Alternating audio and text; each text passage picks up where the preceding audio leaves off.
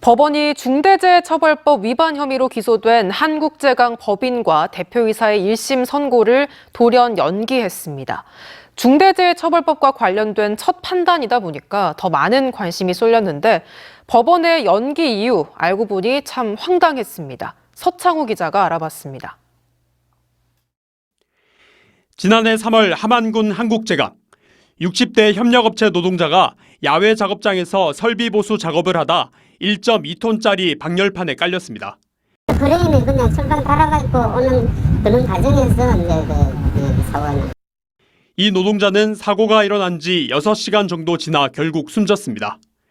검찰은 대표이사가 관리감독자가 평가하는 기준을 마련하거나 산업재해 예방을 위한 조치 능력을 마련하지 않았다고 보고 지난해 11월 중대재해처벌법 위반 혐의로 대표이사의 징역 2년, 한국제강 법인은 벌금 1억 5천만 원을 구형했습니다. 재판에 넘겨진 이 사건의 1심 선고 공판은 2월 3일.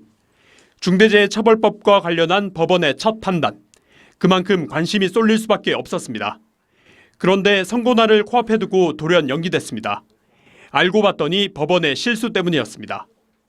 중대재해처벌법에 맞춰 개정된 법원조직법 제32조에 따르면 이번 한국제강 사건처럼 중대재해처벌법 제6조 1항에 해당하는 경우는 예외 사건으로 두고 판사 3명이 심리하는 합의부가 아닌 1명의 단독 재판부가 맡아야 합니다.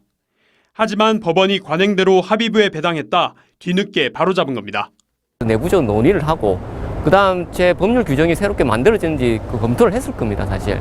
그런데도 불구하고 일반 사건처럼 다룬 거 아니냐, 일반 산안법이라든지.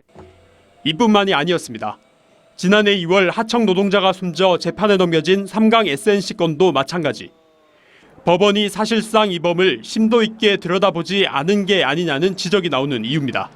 어떤 결론을 내더라도 사건 내용이 아니라 관할 위반이라는 이유로 항소심에서 전부 다 파기될 수 있는 위험이 있었던 거죠. 그래서 하마터면 모든 판결들이 이제 수포로 돌아갈 뻔한.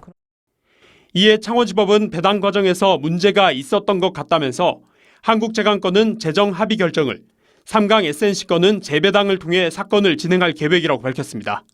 MBC 뉴스 서창우입니다.